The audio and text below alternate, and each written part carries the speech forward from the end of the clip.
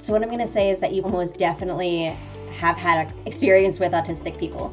There's like 61 million Americans who are disabled, right? Or there are more folks who are neurodivergent and trans and LGBTQ than there are for the general population. And so what I first would say is that I am super confident that you definitely have some experience with autism and you actually don't know it. Somebody's been masking, somebody didn't know. And so that's what I would first normalize, is just that you most likely do. Hey, you found Ways We Learn, an investigation of how learning happens across all ages and modalities. Let's go learn something. So autism is part of neurodivergence, so it's under the umbrella of neurodiversity, and neurodiversity describes the range of the ways that our brains can function. So neurodivergence is talking about brains that are different than the statistically average brain. And all autism means is that my brain works differently than other neurotypical people, but it works very similarly to other autistic brains. And so when we're talking about neurodiversity or autism, we're just talking about the ways that our brains function differently. We all have different ways that we view the world. And so through understanding autism, we're thinking about the ways specifically that autistic people are understanding the world and how their brains function and how that impacts us. So it's a spectrum, as you mentioned, which means that it encompasses a range of characteristics, and different people will exhibit different traits to different levels. So not all autistic people will have the same traits. There's a phrase that says when you know an autistic person, you only know that one autistic person, and you only know how autism works in that one person. And so we're really thinking about it in a unique way. And so I think about it in buckets. So one bucket is sensory. So there can be sensory sensitivities to light, to sound, to smells, difficulty reading social cues or with verbal communication. We feel things, but we might have a hard time identifying those feelings. There could be a focus on different special interests or reliance on routines. So these are just a few of the traits that can be attributed to autism when we're thinking about it. Great, thank you. So I also want to mention, and I feel safe doing this because I know that you're very verbal about it, you have personal experience having autism. So can you share that experience and perhaps describe some of the ways that it's affected you and your life? Yeah, I sure can. So first, all of the diagnostic tests around autism are based on boys. So much of the research being done, all the diagnostic tests are based on how autism has looked in men. And so what that means is, for those of us who are not men, we're often not diagnosed. And also the way that autism looks is different because of the way that women and non-binary folks and others of us are socialized. So it looks different. And so for me, I only found out that I was autistic a few years ago, largely because of that. I think if we had better diagnostics, if we had more universal design and how we were looking at these diagnostic tests, it would have been much different for my life. So this meant that as I was going through my life, I was looking for the wrong solutions. I had, let's say, problems around communication, or I had problems with sensory overload, and I thought they were panic attacks, but they weren't panic attacks. It was an autistic shutdown.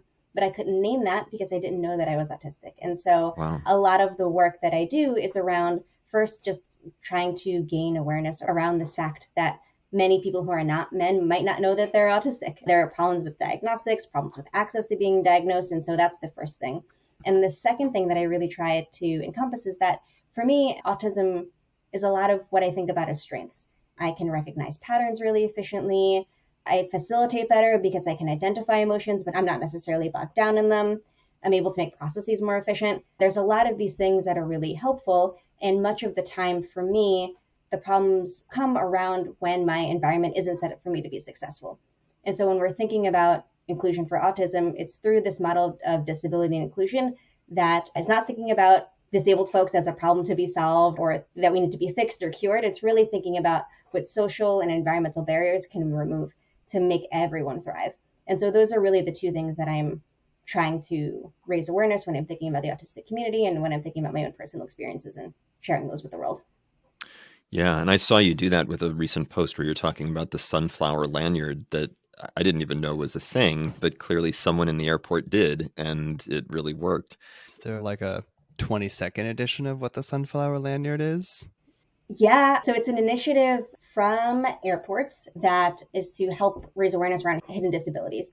And so you wear this lanyard and it helps to indicate to the folks within the airport that this person might need special assistance. And for me, it's super helpful because you look at me and you might not think I'm disabled, and yet airports are the worst place because of the sensory overload, navigating the lines, all of the things.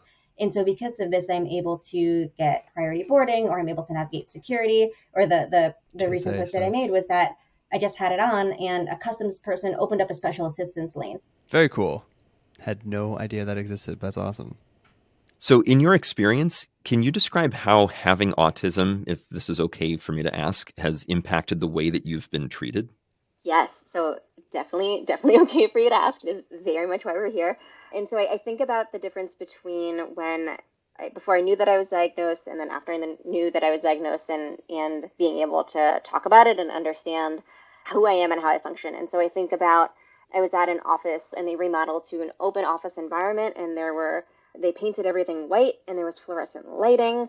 They had this open office concept for the kitchen too, and I couldn't function in this office anymore. And it really just drove me wild. And I would talk to people about it, and I would be like, how can you be here? I ended up leaving the organization because I couldn't function in it.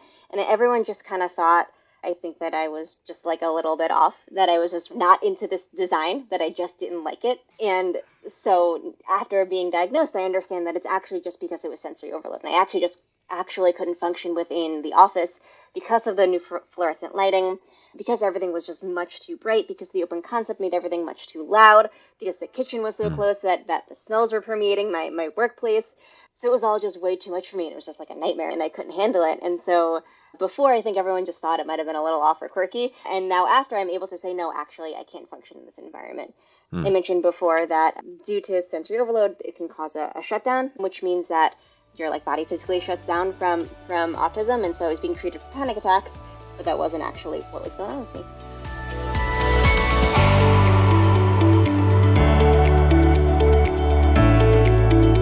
Did you learn something just now?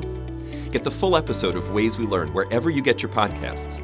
And while you're there, we'd love to get your rating or review.